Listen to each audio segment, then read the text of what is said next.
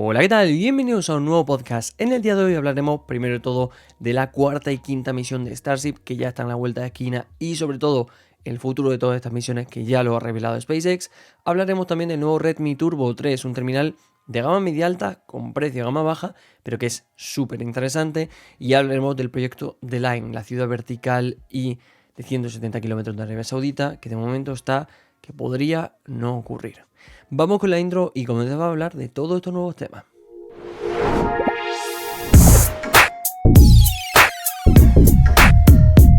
Bien, así es. Otro podcast más y otro día más en el que hablamos de SpaceX, más concretamente de Starship. Pero es que ahora mismo nos encontramos a mitad de abril casi, a 13 exactamente de día de hoy, y ya dentro de más o menos un mes podríamos estar viendo la cuarta prueba de la Starship. Así es, tras relativamente poco desde la tercera prueba, por fin será una de estas pruebas en las que más rápido veamos una nueva prueba, si todo va bien y si todo se aprueba. Por ello, lo más aprovecho de esta misma semana para comentarnos qué podía pasar en la cuarta prueba o qué debía pasar, lo mismo en la quinta, y además no hablo del futuro de la Starship en sus nuevas versiones, porque ahora mismo estamos ante la primera versión de la Starship, pero nos ha presentado ya la segunda e incluso la tercera versión. Bien, si echamos un poquito para atrás, o podéis escuchar el podcast como prefiráis, tenemos un tercer vuelo en el que todo fue mucho mejor respecto a los dos anteriores. Primero se consiguió un desacoplamiento tanto de los cohetes como de la Starship, eso fue bastante bien. Se consiguió que la Starship llegara a la atmósfera e hiciese una reentrada, aunque luego la reentrada fuese lo que fuese, pero en un principio nos dejó una imagen increíblemente buena. Y por parte del booster, más o menos casi se consiguió un medio aterrizaje o amenizaje en el agua, aunque luego se perdió el control.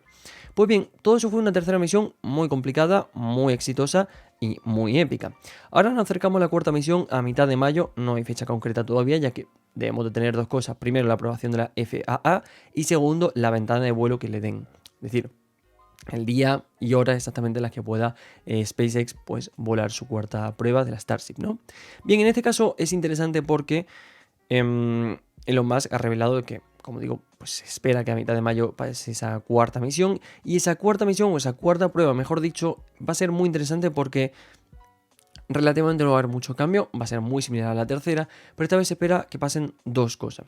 Primero, en cuanto a la reentrada de los boosters, en este caso va a ser el booster 11 junto a la SN29, es decir, la Starship S29, se espera que el booster 11 no llegue del todo a amenizar, pero se va a hacer como una especie de torre virtual en el Golfo de México para ver cómo podría ser la idea de que en un futuro aterrice. Es decir, vamos a medio intentarlo en la cuarta misión, y en la quinta y en nuevas misiones, o nuevas pruebas mejor dicho, siguiente, ya se intentará, esos amenizajes de verdad, ¿no?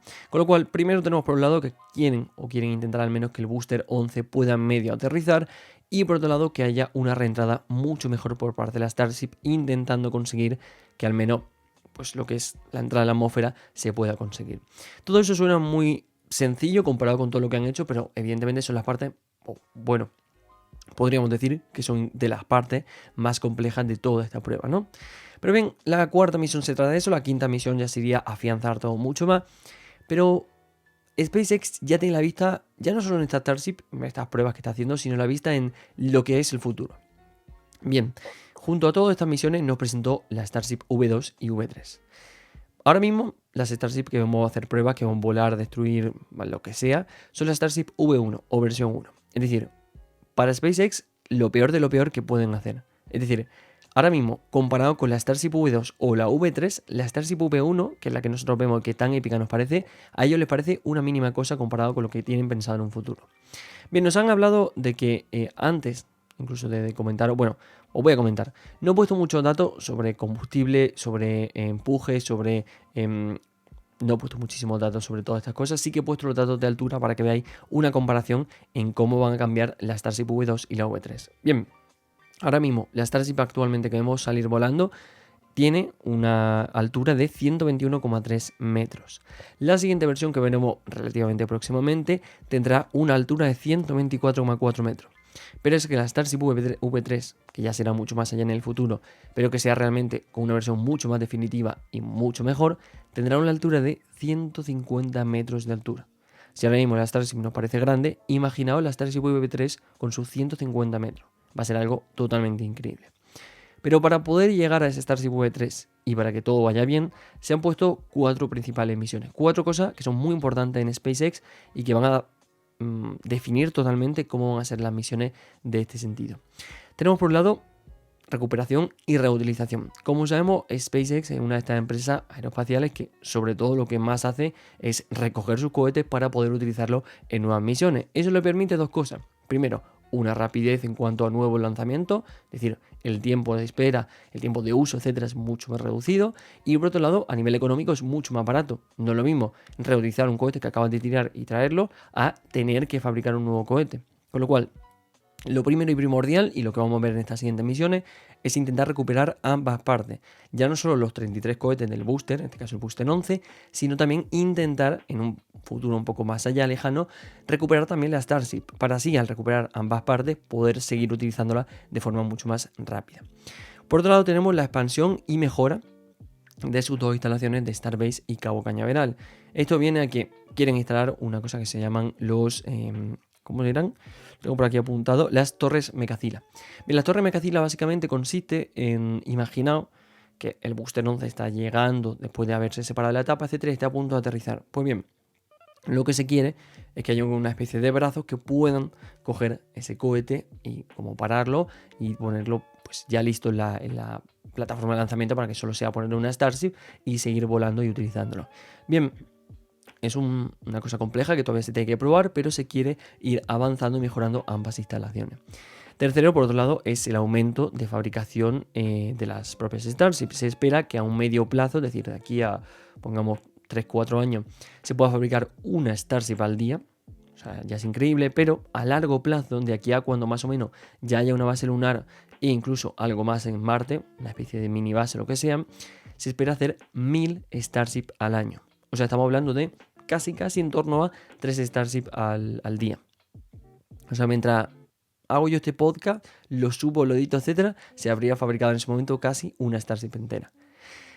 Es el futuro, evidentemente, es mucho más a largo plazo, hay que ver si eso será posible o no, pero eso es lo que se espera y lo que al menos se espera de cara ya, como digo, al futuro, al conquista o descubrimiento, como queramos llamarlo, de Marte, y con ello pues el asentamiento de una base, una pequeña población, etcétera. Con lo cual la fabricación de 1000 Starship al año pues permitiría muchísimo lanzamiento, muchísimo vuelo y que sea algo mucho más rápido.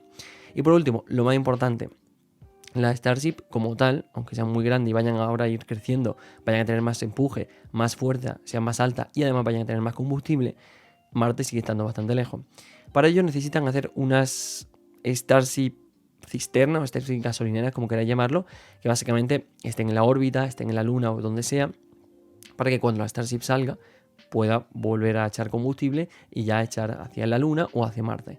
Es algo que es primordial, con lo cual deben demostrar de que la Starship es capaz de la transferencia propelente de forma exitosa. Con lo cual esas son las cuatro principales misiones que tiene SpaceX de cara a su Starship y de cara a un futuro muy exitoso. Futuro exitoso tanto en la Luna, porque se ve que la fecha, o sea, el primer objetivo ya fuera de la Tierra va a ser la Luna, la creación de una pequeña, lo diré, como una especie de moon base, o sea, una pequeña base o lo que sea allí, y ya luego el objetivo principal, que según ha sido Elon Musk va a ser dentro de 20 años, es pues la creación de una base o una pequeña población o lo que sea, un pequeño asentamiento en Marte que luego pues continúe expandiéndose. Con lo cual, de aquí a 20 años veremos cuál va a ser el éxito o no de la Starship, pero sabemos que en un principio podría ser muy exitoso y más siendo algo como Elon Musk probablemente se consiga. Bien, ahora vamos a hablar del Redmi Turbo 3, un terminal que, como digo, se ha presentado allí en China, de gama media alta, con precio de gama baja, pero con una expectativa de gama casi alta. Hablamos de un terminal, como digo, perteneciente a Redmi, a la marca Xiaomi, que igual por diseño no destaca mucho, pero todo su interior es más que interesante. Como digo, a nivel de diseño no es muy destacable porque tiene un diseño normal, habitual, no es nada demasiado nuevo, nada que nos llame demasiado la atención, pero cuando empezamos a indagar en sus características, sí. Si empezamos, por ejemplo, por la pantalla, tenemos un panel AMOLED de una buena resolución, en este caso Full HD+, con 120 Hz de tasa de refresco, 2400 nits de pico máximo de brillo y de tecnología HDR10+. No puede parecer demasiado, pero realmente esas características justamente las podemos ver en casi cualquier gama media alta de hoy en día. El tipo de panel, la calidad, el hecho del brillo tal vez sea algo también un poco destacable, es bastante brillo para ser un gama media, pero en cuanto a pantalla no exagera, es bastante habitual, está bastante bien, es lo que pedimos, pero no destaca mucho. Ahora bien, si bajamos un poquito más, en algo que sí destaca es en su procesador, y es que cuenta con el Snapdragon 8S Gen 3. Y tú me dirás, ¿cómo que 8S Gen 3? Querrás decir el 8 Gen 3. Y te diré, no, el 8 Gen 3 evidentemente es un gama alta, y estamos hablando de un gama media alta. Pues bien, relativamente hace poco, Qualcomm decidió presentar en mezcla o conjunto, como quieras llamarlo, del 8 Gen 2 y el 8 Gen 3, su pequeño hijo, su pequeña creación, el 8S Gen 3. Procesador específicamente para este tipo de terminales, para un gama media, media alta, que busca potencia, que busca buen rendimiento, que busca ser eficiente, pues es este. Y lo han decidido incluir de los primeros terminales en este Redmi Turbo 3. Con lo cual va a hacer un terminal ya de por sí bastante potente, bastante eficiente, pero lo interesante es que primero está refrigerado por helio y segundo cuenta con un motor gráfico, el que lo han calificado como Rage Engine 3.0, que va a permitir aprovechar muchísimo más la potencia de este procesador. Con lo cual tenemos una buena pantalla y un muy buen procesador. ¿Qué más le podemos pedir? Pues igual unas cámaras buenas. En este caso, tal vez las cámaras sean el apartado en el que menos interesante se pueda convertir este terminal. Hablamos de un gama media, un terminal en el cual tampoco le vamos a poder pedir mucho, o gama media alta incluso, pero que nos saque un poco del apuro. También os digo, cuando veáis el precio entenderéis que las cámaras da igual que tengan esta calidad o estos sensores, porque vale totalmente la pena. Tenemos, como he dicho al principio, una triple configuración de un sensor principal de 50 megapíxeles, un ultra angular de 8 y un macro de 2.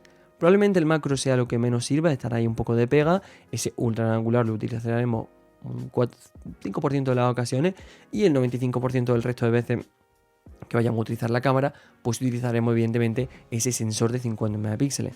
Y por ello que tengamos un sensor principal y de mucha calidad. Pero ya no solo por detrás, en este apartado de triple configuración, sino que por delante, en su cámara selfie, contamos con un sensor de 20 megapíxeles. Y ambos apartados, trasera y delantera, mejorados con inteligencia artificial. Evidentemente, la inteligencia artificial ya la estamos viendo llegar en Samsung, en Google, en Xiaomi, la veremos probablemente en Apple, pero sobre todo la gama alta. ¿Por qué no iba a llegar también a la gama media? Pues en este caso es la prueba perfecta de que la inteligencia artificial, por ejemplo en el apartado fotográfico, apartado de postprocesado o lo que sea, llegará también a esa gama media. Y esta, como digo, este Redmi Turbo 3, pues lo incluye, tanto por la parte trasera como por su parte delantera. Pero si nos pusiéramos a seguir pensando, diríamos, vale, nos queda un apartado muy importante en el que el 90% de los terminales suelen fallar, pero aquí no es muy difícil hacerlo bien. O sea, es decir, estamos hablando de un gama media alta, que no consume mucho, tiene un procesador bastante eficiente y al no ser un gama alta ya de por sí su batería va a aguantar bastante. Pues le vamos a poner 5000 mAh de batería, o sea, es decir, una autonomía brutal para un terminal de esta gama, y luego además le vamos a sumar 90 vatios de carga rápida, superando a, en general, la mayoría de los terminales de carga, o sea, de gama alta, que hoy en día le ha dado por poner 45, 50, 60 vatios de carga rápida, en vez de 90, 100 o 120 que vemos en gama media alta o gama media. Con lo cual es un terminal muy interesante, muy equilibrado, muy buenas características. Igual la cámara es lo que menos nos llama la atención, pero en general son muy buenas características. Y todo ello por 260 euros al cambio. Vale, no va a llegar a ese precio, si no sería el terminal más vendido del año a nivel global, en cuanto a la gama media alta. Pero va a llegar supuestamente renombrado. De Redmi Turbo 3 va a pasar a llamarse Poco F6. Estas cosas que hace marcas como Xiaomi, que tienen muchísimas marcas a nivel global. Y llegará evidentemente con un precio un poco superior. Estamos hablando aquí también de la versión más básica de 12 GB de RAM y 256 de almacenamiento interno.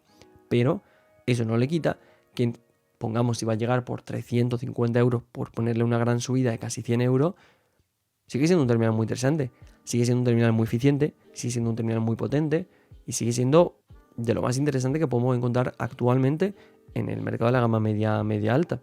Y por eso digo que este Redmi Turbo 3 se ha llevado la atención de todos los ojos por lo interesante, lo eficiente y lo buen precio que tiene. Bien, y ahora hablemos del proyecto The Line. The Line puede que a algunos os suene, a otros no, pero es un proyecto que Arabia Saudita decidió desarrollar hacia por 2019-2020, por ahí, 2021 incluso puede ser, en el cual se trataba de una ciudad vertical y lineal de 170 kilómetros. Iba a ser una ciudad que albergase 2,2 millones de personas, si no me equivoco, iba a estar construida hacia 2030, iba a ser el futuro, básicamente. Una ciudad lineal, muy moderna, muy cara, evidentemente vivir allí y tener un tipo de vida allí de lujo totalmente. Pero ya cuando lo veíamos, yo me acuerdo de ver el proyecto, el render ese que compartieron, y se veía todo muy épico, todo muy bonito, pero yo decía, uff, esto va a costar. Evidentemente ya solo la creación de un proyecto así ya cuesta muchísimo, pero dije, esto va a costar que se lleve a cabo. Porque Arabia Saudita evidentemente es un país que no tiene problema económico, ¿sabéis? O sea, claro, con todo este tema del petróleo y el gas natural, pues son gente que tiene muchísimo dinero y que lo puede gastar en lo que le dé realmente la gana y puede hacer este tipo de cosas. Si nos ponemos a pensar, los países en general no suelen hacer proyectos muy distópicos como hacer una línea, o sea, una ciudad de 160 kilómetros lineal y vertical en medio del desierto. Pero el resto de países no tiene el dinero que tiene evidentemente Arabia Saudita. Y por ello han decidido hacer un proyecto de este tipo, de este calado. Y comenzaron las obras, etcétera. Y hoy, a casi mitad de abril de 2024, han construido 2,7 kilómetros de todos esos 170 kilómetros. Y ha habido problemas. Ha habido problemas tanto económicos, de inversiones y de expectativa. Primero, el problema económico. Las dos empresas, bueno, la principal empresa sustentadora de todo el proyecto ha caído desde los últimos semanas, meses, un 75% en bolsa. Se ha quedado en un valor de 15.000 millones de euros, que puede parecer mucho, pero evidentemente con una caída del 75% ya os digo que es bastante poco. Y ello, una caída de la empresa principal sustentadora, ha llevado a los inversores, han dicho, vale, estamos a 2024, se supone que quedan 6 años para que comencemos a ver la primera aumento de vida y personas que se vayan a vivir allí en esa ciudad. Solo se lleva un 3, ni siquiera 3%, un 1, algo por ciento de los 170 kilómetros que quedan. Y ya el problema económico, pues se han reducido inversiones. Y con ello se han reducido expectativas. Tanto así que la empresa del proyecto, en este caso NEOM, ha comentado que va a pasar a reducirse de 170 kilómetros a 2,7 y de 2,2 millones de personas a 300.000 habitantes en 2030. Han hecho una recogida de cable en toda regla habitual y normal en proyectos de este tipo. Por ejemplo, ya sabemos que en toda esa zona siempre hacen proyectos que son una isla de olla, por ejemplo. No recuerdo si estaba en Dubái o creo que estaba cerca de Dubái, las islas de Palmera, no sé si las recordáis. Fue un proyecto a nivel ingeniero muy grande. Se necesitó muchísimo arena, se construyó de una forma increíblemente grande, titánica, y luego a los 3-4 años de toda esa impresionante isla de Palmera están teniendo problemas. Pues yo me quería imaginar en aquel momento en el que vi el proyecto, dije, aquí va a haber problemas. Yo pensaba que los problemas iban a estar una vez que se termina de construir, pues los primeros años, etcétera, y va a haber un montón de problemas. Pero es que los problemas los problemas grandes, y un problema de este tipo de no sabemos qué va a pasar ahora mismo muy bien, han empezado a llegar en el comienzo de la construcción de toda esta ciudad. O sea, no sabemos cómo va a desarrollarse todo, no sabemos si el proyecto al final se va a llevar a cabo, si no, si qué va a pasar, no tenemos ni idea. Pero hay problemas en este proyecto y las expectativas evidentemente se han reducido un montonazo a niveles de que, claro, los principales inversores han dicho, bueno, no podemos invertir tanto. De hecho, las inversiones en este proyecto se han reducido a 8.000 millones de dólares. O sea, había una retirada importante. Pero bueno, veremos ya muy próximamente, a lo largo de estos siguientes meses, recibiremos noticias y veremos qué pasa pues finalmente con esta ciudad. Se lleva a cabo, si no, si 170, si 5, si 2 kilómetros, si 1, si hay habitantes, si no, o si lo entierran todo debajo de arena y se van a casa. Hasta aquí el podcast de esta semana, espero te haya gustado. No olvides seguirnos en redes sociales, pues tanto Instagram y Twitter nos pueden encontrar como @migitecno. Tampoco olvides suscribirte pues al canal, al podcast, compartirlo, darle me gusta. Cualquier tipo de apoyo siempre se agradece un montón. Y nada, espero te haya servido para estar informado y nos vemos la semana que viene con muchísimas más noticias. Un saludo chicos, chao.